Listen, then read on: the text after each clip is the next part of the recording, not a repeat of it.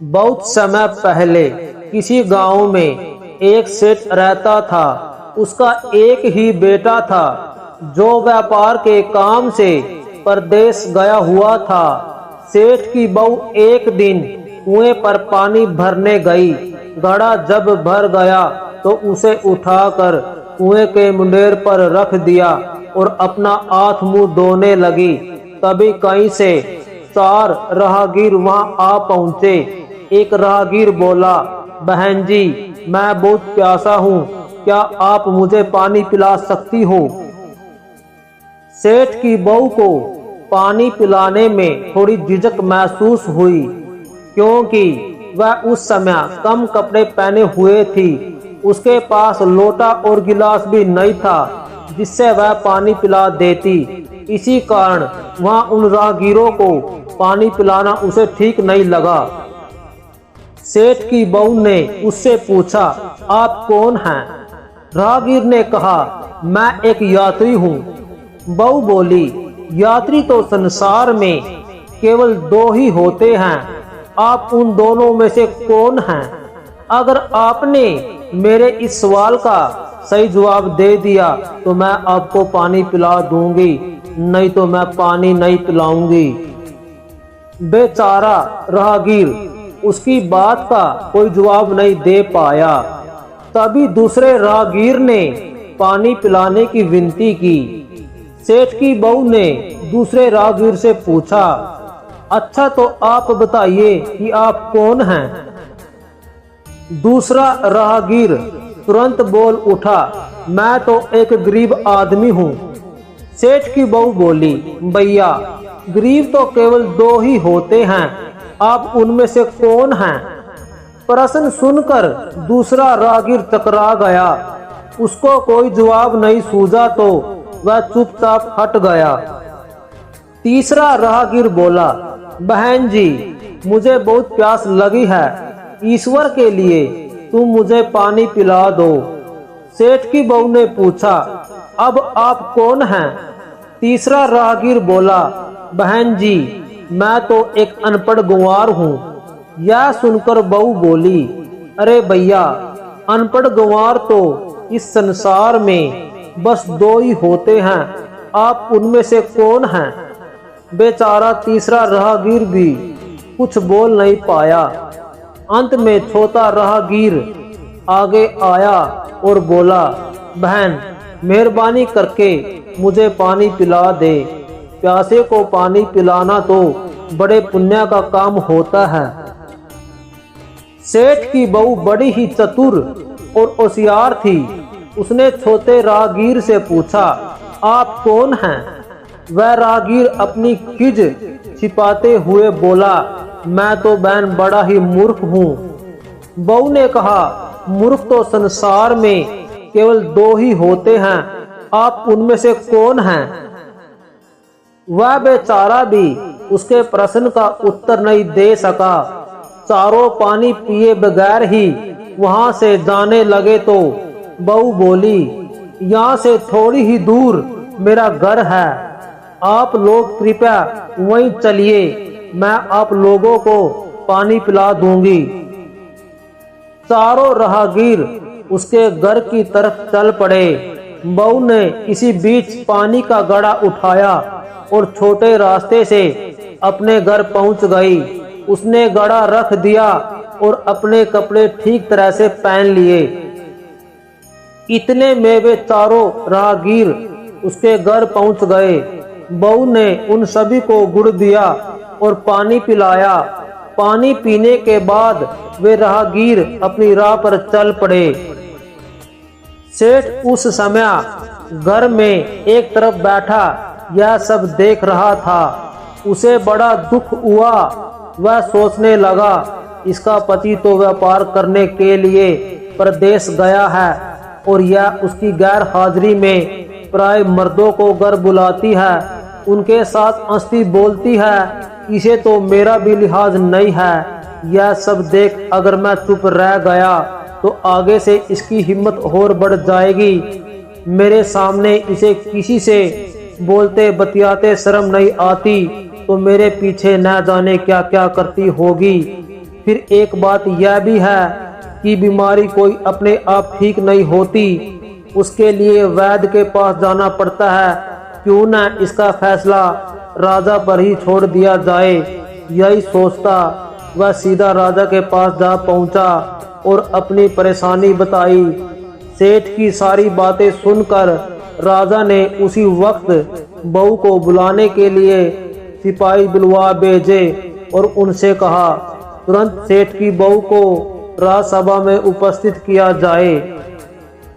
राजा के सिपाहियों को अपने घर पर आया देख उस सेठ की पत्नी ने अपनी बहू से पूछा, क्या बात है बहू रानी, क्या तुम्हारी किसी से कहा सुनी हो गई थी जो उसकी शिकायत पर राजा ने तुम्हें बुलाने के लिए सिपाही भेज दिए। बहू ने सास की चिंता को दूर करते हुए कहा, नहीं सासू माँ, मेरी किसी से कोई कहा सुनी नहीं हुई है, आप जरा भी फिक्र ना करें। सास को आश्वस्त कर वह सिपाहियों से बोली, तुम पहले अपने राजा से यह पूछकर आओ कि उन्होंने मुझे किस रूप में बुलाया है, बहन, बेटी या फिर बहू के रूप में, किस रूप में मुझे बुलाया है। बहू की बात सुन सिपाही वापस चले गए। उन्होंने राजा को सारी बात बताई। राजा ने तुरंत आदेश दिया कि पालकी लेकर जाओ और कहना कि उसे बहू के रूप में बुलाया गया है। सिपाहियों ने राजा की आज्ञा के अनुसार जाकर सेठ की बहू से कहा, राजा ने आपको बहू के रूप में आने के लिए पालकी भेजी है। बहू उसी समय पालकी में बैठकर राजसभा पहुंच गई। राजा ने बहू से पूछा, तुम दूसरे पुरुषों को घर क्यों बुला लाई, जबकि तुम्हारा पति घर पर नहीं है। बहू बोली, महाराज, मैंने तो केवल कर्तव्य का पालन किया है। प्यासे को पानी पिलाना कोई अपराध नहीं है, यह हर गृहिणी का कर्तव्य है। जब मैं कुएं पर पानी भरने गई थी तब तन पर मेरे कपड़े अजनबियों के सामने उपस्थित होने के अनुरूप नहीं थे। इसी कारण उन राहगीरों को कुएं पर पानी नहीं पिलाया। उन्हें बड़ी प्यास लगी थी और मैं उन्हें पानी पिलाना चाहती थी, इसलिए उनसे मैंने मुश्किल प्रश्न पूछे और जब वे उनका उत्तर नहीं दे पाए तो उन्हें घर बुला लाई। घर पहुंचकर ही उन्हें पानी पिलाना उचित था। राजा को बहू की बात ठीक लगी। राजा को उन प्रश्नों के बारे में जानने की बड़ी उत्सुकता हुई जो बहू ने चारों राहगीरों से पूछे थे। राजा ने सेठ की बहू से कहा, भला मैं भी तो सुनूं कि वे कौन से प्रश्न थे जिनका उत्तर वे लोग नहीं दे पाए। बहू ने तब वे सभी प्रश्न दोहरा दिए। बहू के प्रश्न सुन राजा भी और सभासद भी चकित रह गए। फिर राजा ने उससे कहा, तुम खुद इन प्रश्नों के उत्तर दो, हम अब तुमसे यह जानना चाहते हैं। बहू बोली, महाराज, मेरी दृष्टि में पहले प्रश्न का उत्तर है कि संसार में सिर्फ दो ही यात्री हैं, सूर्य और चंद्रमा। मेरे दूसरे प्रश्न का उत्तर है कि बहू और गाय, इस पृथ्वी पर ऐसे दो प्राणी हैं जो गरीब हैं। अब मैं तीसरे प्रश्न का उत्तर सुनाती हूँ। महाराज, हर इंसान के साथ हमेशा अनपढ़ गंवारों की तरह जो हमेशा चलते रहते हैं, वे हैं भोजन और पानी। सोते आदमी ने कहा था कि वह मूर्ख है, और जब मैंने उससे पूछा कि मूर्ख तो दो ही होते हैं, तुम उनमें से कौन से मूर्ख हो, तो वह उत्तर नहीं दे पाया। इतना कहकर वह चुप हो गई। राजा ने बड़े आश्चर्य से पूछा, क्या तुम्हारी नजर में इस संसार में सिर्फ दो ही मूर्ख हैं? हाँ महाराज, इस घड़ी इस समय मेरी नजर में सिर्फ दो ही मूर्ख हैं। राजा ने कहा, तुरंत बतलाओ कि वे दो मूर्ख कौन हैं।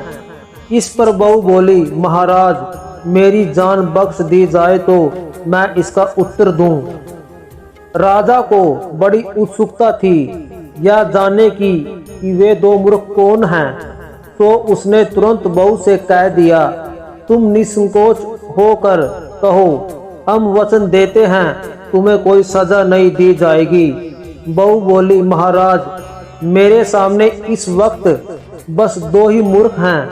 फिर अपने ससुर की ओर हाथ जोड़कर कहने लगी, पहले मूर्ख तो मेरे ससुर जी हैं, जो पूरी बात जाने बिना ही अपनी बहू की शिकायत राज दरबार में की। अगर इन्हें शक हुआ ही था तो यह पहले मुझसे पूछ तो लेते, मैं खुद ही इन्हें सारी बातें बता देती। इस तरह घर परिवार की बेइज्जती तो नहीं होती। ससुर को अपनी गलती का एहसास हुआ, उसने बहू से माफी मांगी। बहू चुप रही। राजा ने तब पूछा, और दूसरा मूर्ख कौन है? बहू ने कहा, दूसरा मूर्ख खुद इस राज्य का राजा है, जिसने अपनी बहू की मान मर्यादा का जरा भी ख्याल नहीं किया और सोचे समझे बिना ही बहू को बड़ी राजसभा में बुलवा लिया। बहू की बात सुनकर राजा पहले तो क्रोध से आग बबूला हो गया, परंतु तभी सारी बातें उसकी समझ में आ गई। समझ में आने पर राजा ने बहू को उसकी समझदारी और चतुराई की सराहना करते हुए उसे ढेर सारे पुरस्कार देकर सम्मान सहित विदा किया।